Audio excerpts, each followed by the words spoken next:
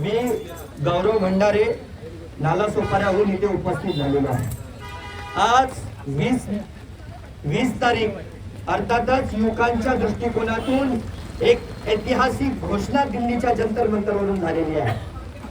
आज ज्या पद्धतीने इथला विद्यार्थी सुरक्षित नाहीये, आज ज्या पद्धतीने नीटचे पेपर फुटले जात आहेत आणि कुठल्याही पद्धतीचा इथल्या शिक्षण मंत्र्याला अर्थातच धर्मेंद्र प्रधान साहेबांना कुठल्याही पद्धतीची जाणीव राहिलेली नाहीये।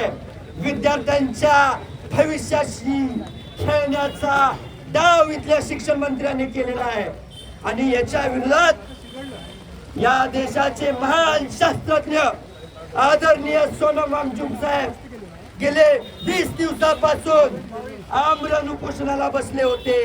त्यांचे ते उपोषण चिरडण्याचं काम केलं। इथल्या विरोधकांना आवाज उठवणाऱ्यांना त्यांची मुस्कटदाबी करण्याचा प्रयत्न केला जात आहे।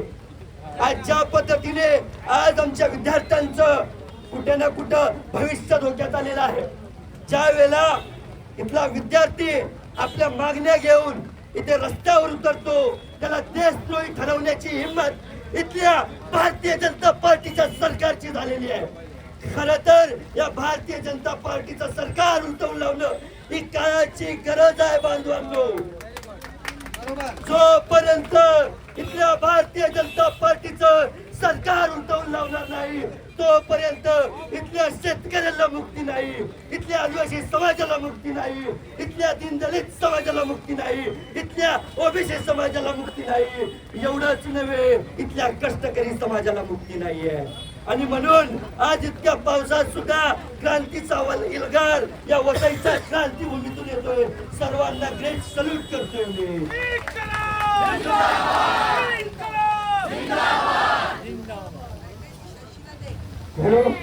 एकच सांगतो की काळ हा खूप बेकार आहे, एकच सांगतो की काळ खूप बेकार आहे। संघर्ष अटळ आहे, रडणे मान्य नाही। संघर्ष अटळ आहे, रडणे मान्य नाही। उभारलेला लढा मित्रा सामान्य नाही, उभारलेला लढा मित्रा सामान्य नाही।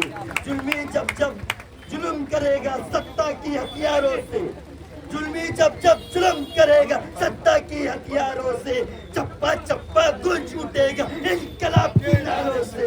इनकलाब जिंदाबाद, इनकलाब जिंदाबाद। आणि आज या आंदोलनामध्ये, या लाक्षणिक आंदोलनामध्ये मी गौरव भंडारे इथल्या विद्यार्थ्यांचं आणि युवकांचं प्रतिनिधित्व करत असताना आज या आंदोलनाला मी पाठिंबा देतो।